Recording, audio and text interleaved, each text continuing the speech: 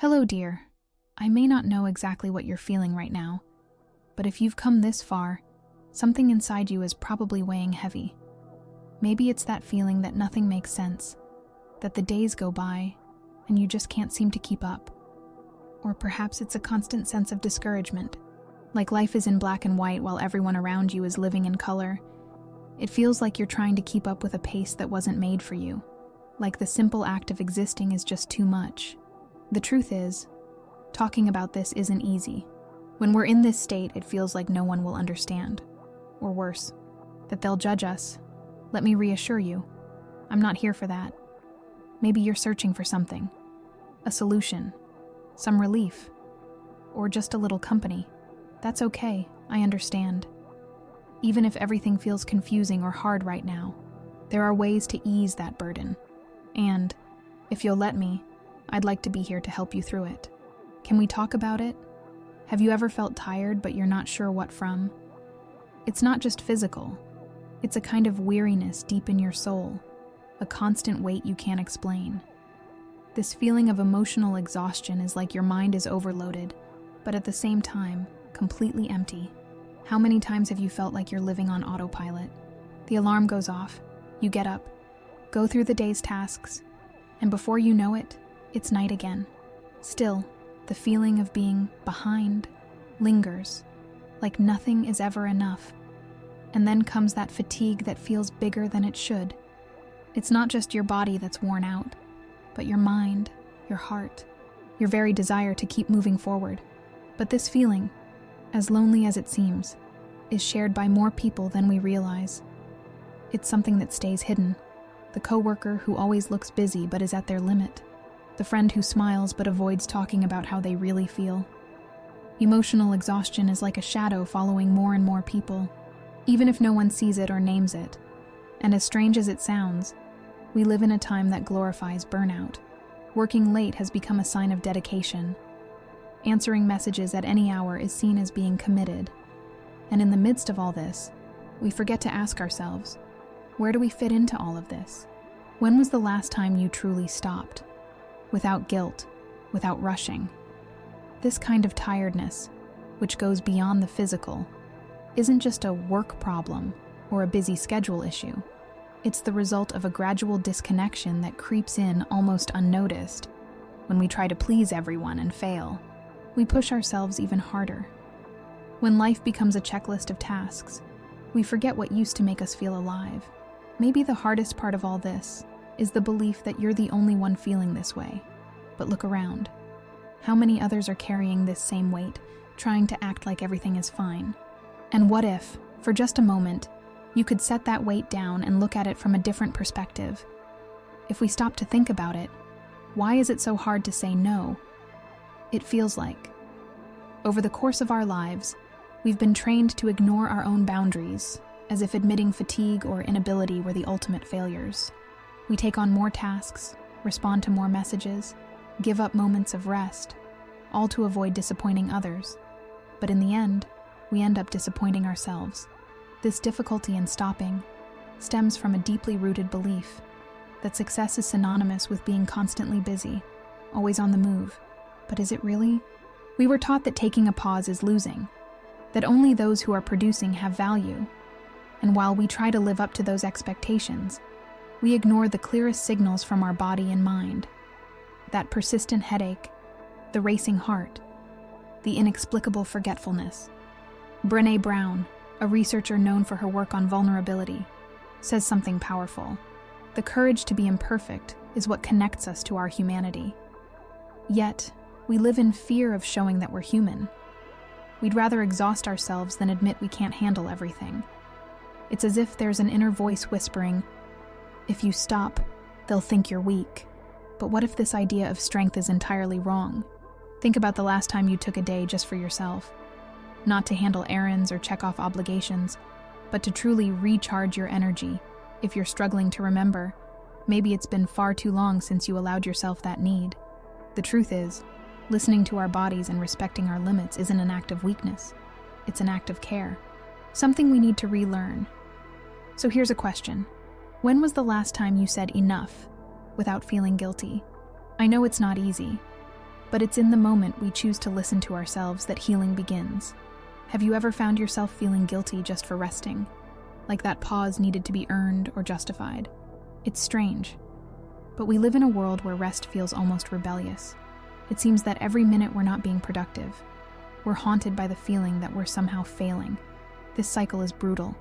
It starts with the pressure to do more, be more, achieve more, no matter how much you've already accomplished.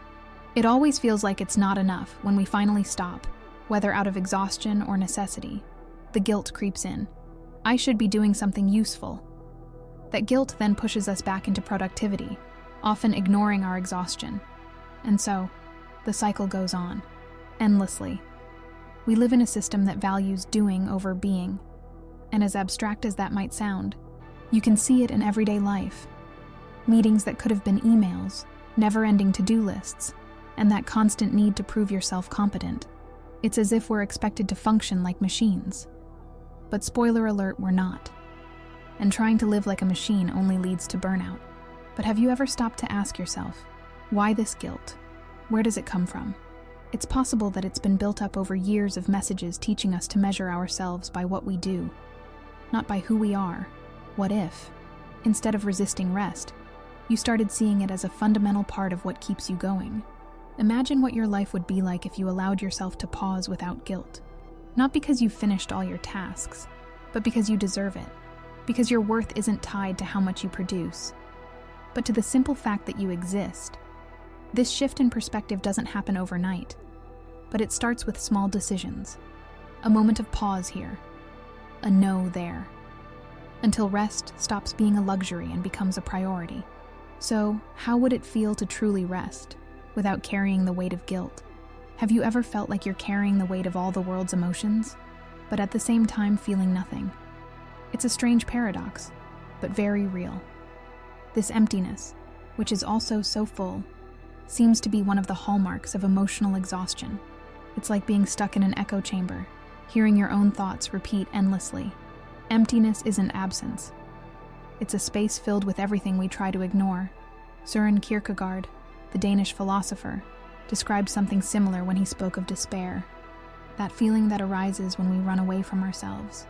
And if we think about it, how often are we so busy doing, solving, and meeting expectations that we fail to hear what our own minds are trying to tell us? It's possible to feel exhausted and restless at the same time. You want to stop, but you can't stay still. You want to rest, but when you finally have time, you feel disconnected from everything. It's like picking up a book you love only to realize you can't focus on a single line. It's not laziness or lack of will. It's the emptiness. As uncomfortable as this emptiness may be, it can also be an invitation. It forces us to look inward, even when we'd rather look anywhere else. It asks, what are you avoiding? And as hard as it may be, maybe facing that question is the path to understanding what really matters. So, what happens if you stop, not to escape, but to listen? What if, instead of trying to fill the emptiness with more things, you simply let it exist for a moment? Perhaps by doing so, you'll realize you're not alone in that space. Emptiness can also be a new beginning. Maybe what we need isn't to change life itself, but the way we look at it.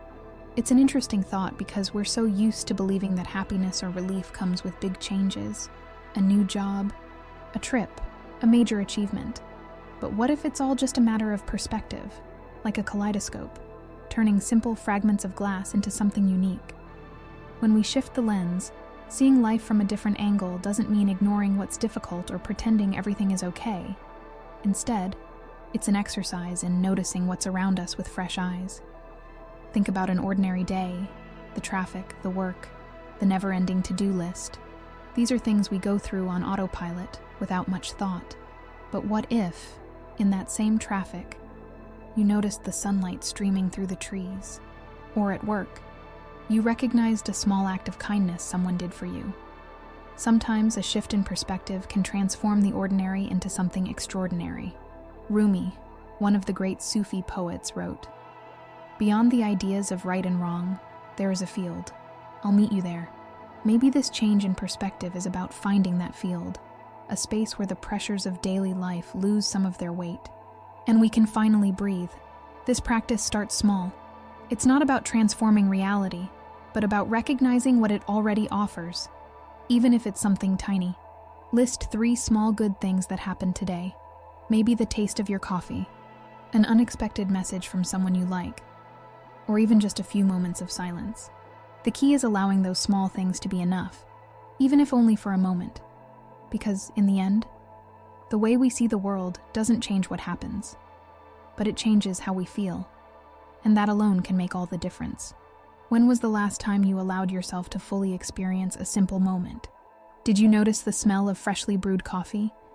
The sound of rain tapping against the window? Or the texture of your favorite food on your tongue? Sometimes, in the rush of life, we forget that it's not just the big events that make life meaningful. It's the little things we often overlook. There's a special beauty in simple things, but rediscovering it takes practice. Think about that moment when you completed something small yet meaningful. One day, following a YouTube tutorial to make a brownie saved me. It was something new for me, and realizing I could complete a task I'd never tried before brought unexpected joy. It wasn't just about the brownie. It was about proving to myself that there's still room to find pleasure in the everyday. Small things are like stars in a dark night. They seem tiny, but they can light up so much. The scent of a flower you pass on your way, the laughter of someone you love, or even the warmth of washing your hands with hot water on a cold day. These experiences aren't grand achievements, but they ground us in the present and remind us that we can still feel. You don't need a perfect moment to begin. Choose something simple, anything. Listen to your favorite song without multitasking. Write down 3 words to describe how you feel right now. Or just close your eyes and take a deep breath. Finding joy in small things is a reminder that life still has something to offer, even on the hardest days. If you've made it this far, I want you to know something. You're not alone. Even when everything feels empty or too quiet, there's someone on the other side who cares. And I'm here, not to solve all your problems or give you ready-made answers, but to remind you that, in the midst of all this, you are seen. I know what it's like to go through moments like these. I've been there. I've felt the weight of carrying things I thought no one would understand. And to be honest, I still have setbacks. But something changed. I learned that sharing the weight, even just by talking or writing about it, makes all the difference. Sometimes just knowing someone is listening can make the world feel a little lighter. That's why, if you manage to do something no matter how small, after reflecting on all of this, I want to know, seriously, come back here and write. Share, even if it's just to say, I'm here. Because every time we connect, even from a distance, we create a space where no one has to feel invisible. Life doesn't always give us the answers we're looking for, but that doesn't mean we're alone. There's always someone willing to listen, even in moments like this. So take a deep breath, let these words sink in, and remember, what you feel matters. You matter. If a friend came to you, exhausted, feeling like a failure, what would you say? Chances are you'd hug them and say something like, "It's okay, you did your best, rest, you deserve it." So why is it so hard to say that to yourself? The truth is, we're taught to be tough on ourselves. Perfectionism disguises itself as motivation. But what it really does is trap us in an endless cycle of self-criticism. But here's a secret. Healing begins with kindness. As Carl Rogers, one of the greatest psychologists of the 20th century, said, "The curious paradox is that when I accept myself just as I am, then I can change." It's in that space of acceptance where transformation happens. Self-compassion isn't about giving up or accepting everything as it is. It's about looking at yourself with the same care you offer to those you love. When you make a mistake, instead of punishing yourself, ask, "What can I learn from this?" When you're tired, instead of forcing yourself to keep going, say, "I did what I could today and that's enough." Small gestures like these plant seeds of self-healing. Here's a simple exercise. Look at yourself in the mirror. It might feel strange at first, but give it a try.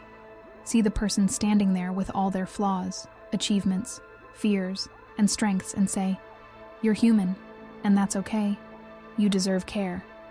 It may seem small, but these words have transformative power. Compassion is the most human way to deal with our pain. It's the act of embracing yourself in tough moments instead of pulling away. And that's where true strength lies, accepting that you deserve the same love you give to the world. I know the world might feel incredibly heavy right now, even if today feels like one of those days where everything is too much. The fact that you're here, seeking something, says a lot. You're stronger than you think, even when you feel fragile. Life is often like walking through unfamiliar terrain.